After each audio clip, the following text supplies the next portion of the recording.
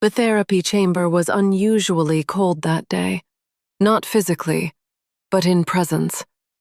Dr. Arthur Voss, aged beyond his years but still carrying that sharp, steady flame behind his eyes, adjusted the recording module beside his seat.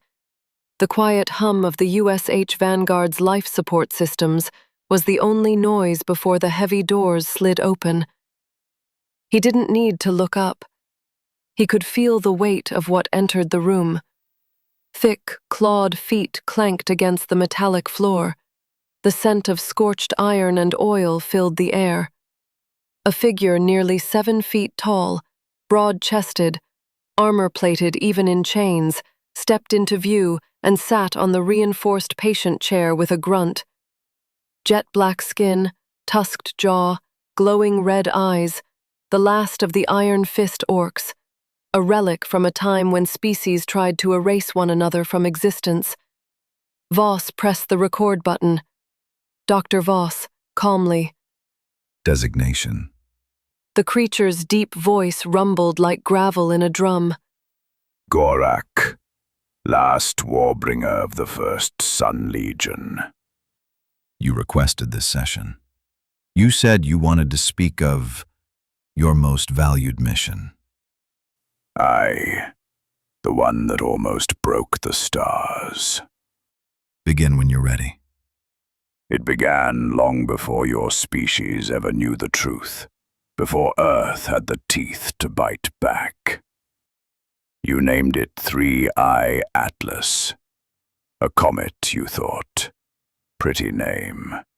You even tracked it, took photos, said it was a wanderer. Gorrak sneered. It was no comet. It was a spear, forged in deep orbit around Blackforge Prime, the final weapons world of the Iron Fist Empire. Our mission was singular. End systems, erase resistance. And your star, your precious yellow sun, was our next target. Dr. Voss raised an eyebrow but said nothing. We launched it under a veil, hidden in the wake of another object you called Oumuamua. That was our scout, just a shell. We packed it with microsensors, atmosphere samplers, and spectral mappers. Sent it drifting past your Earth in 2017. Gorrak paused, leaning forward. It told us everything.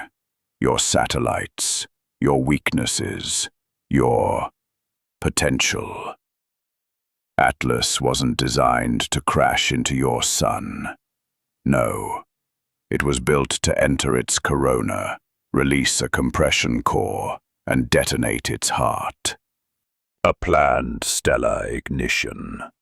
A chain reaction event that would have turned your yellow star into a red giant in weeks. Your Earth, your Mars, even your gas giants, they would have been swallowed whole. Not just death, erasure.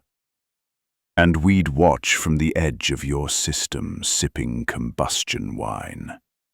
That was the plan. But then came the moon.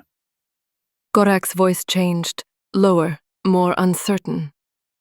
We never expected interference. You had no fleets capable of interception, no defense grids, just your stubborn Terran pride. Then the moon split. A white fissure opened along its equator. Panels unfolded like petals, and something woke up. A city, no, a fortress hidden inside.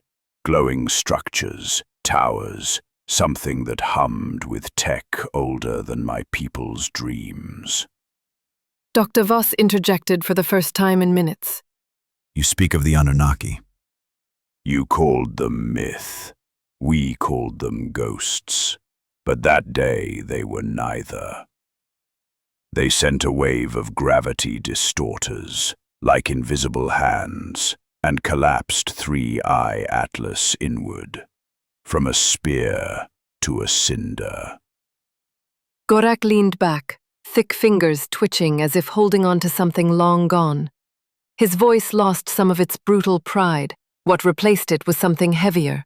Regret, resentment. Even Dr. Voss couldn't tell. We didn't know what they were. Not truly. The Anunnaki. We'd conquered solar systems, crushed fleets, melted planets. But they didn't fight us with fire. They fought us with understanding. 1 second our weapon was on course. The next collapsed. No energy burst, no signal. Just folded like a dead star. Dr. Voss, softly. You never retrieved it? There was nothing to retrieve. The signal vanished mid-arc. We sent drones, none returned. We sent a ship. It didn't even make it past Saturn.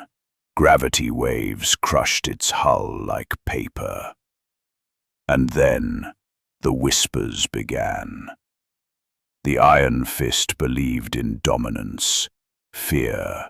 So when we failed, when the great warlords saw a mission falter for the first time in 700 cycles, they turned on each other.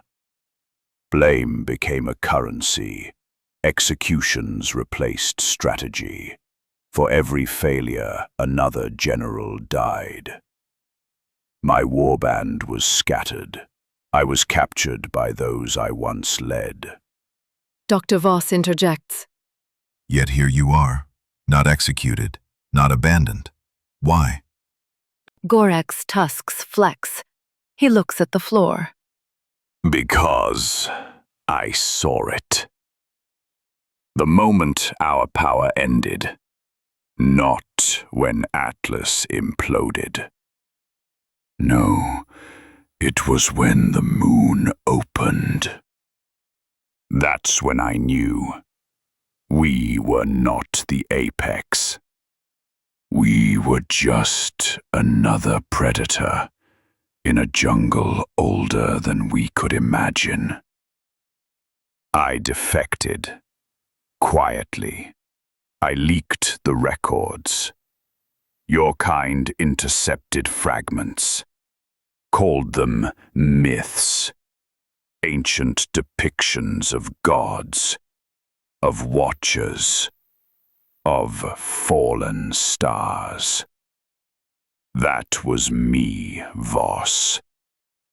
Not because I wanted peace, but because I wanted truth. What force could unmake a star killer with a thought?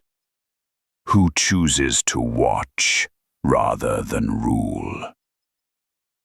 Dr. Voss taps a note into his log, then asks calmly. And do you regret what you did? Gorrak looks up, red eyes burning not with fury, but clarity. No. Because I was taught that survival came through conquest.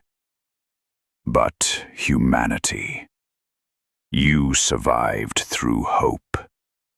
You built. You dreamed.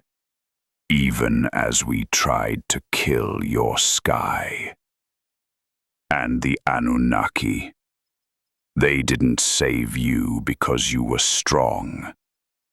They saved you because you could be. The room had grown quiet. Even the gentle hum of the Vanguard's environmental systems seemed to hush. Dr. Voss leaned forward slightly, eyes never leaving Gorrak. The orc's shoulders slumped now, not from fatigue, but from the immense weight of memory. Dr. Voss. Why now? Why tell this story so long after the war ended? Because the truth matters more than victory. You record these sessions. I know what they are. You archive them, not to prosecute, but to preserve. I want this remembered. Not because I failed, not because we tried to burn your son, but because, for a moment, I saw what you could become. Dr. Voss nods slowly. His voice carries the softness of a soldier who's heard 1,000 final confessions. And what did you see, Gorrak? A race that dances in darkness but still lights candles. You are not warriors, not truly, but you endure. Even the stars cannot ignore that. The Iron Fist is gone. Our banners rust in empty airlocks. Our thrones are dust. But Earth spins still. The moon still glows. And deep beneath its silver skin, I imagine the Anunnaki still watch. Not as gods, but as guardians. And maybe, one day, when your kind finally walks among the stars, they'll welcome you not as children, but as kin. Dr. Voss reaches over, taps the console. The session's recording flickers to a close. He doesn't stand right away. He just watches Gorrak for a long moment, then speaks, quiet, almost to himself. Sometimes, the most dangerous thing isn't the weapon you point at the stars. It's what happens when someone survives it and remembers. Session end. USH, Vanguard Archive, entry number 5, The Sun Eater. Subject, Gorrak, last warbringer. Classification, reflective, no longer hostile. Note, let the record stand. Even monsters can mourn. Thank you for listening to my latest therapy session. If you have a particular story you'd like to hear, let me know in the comments, and I will choose my next subject carefully. Please like and subscribe to my channel. I try to post twice a week, but editing between therapy sessions can be tricky. Appreciate your loyalty. Dr. Voss.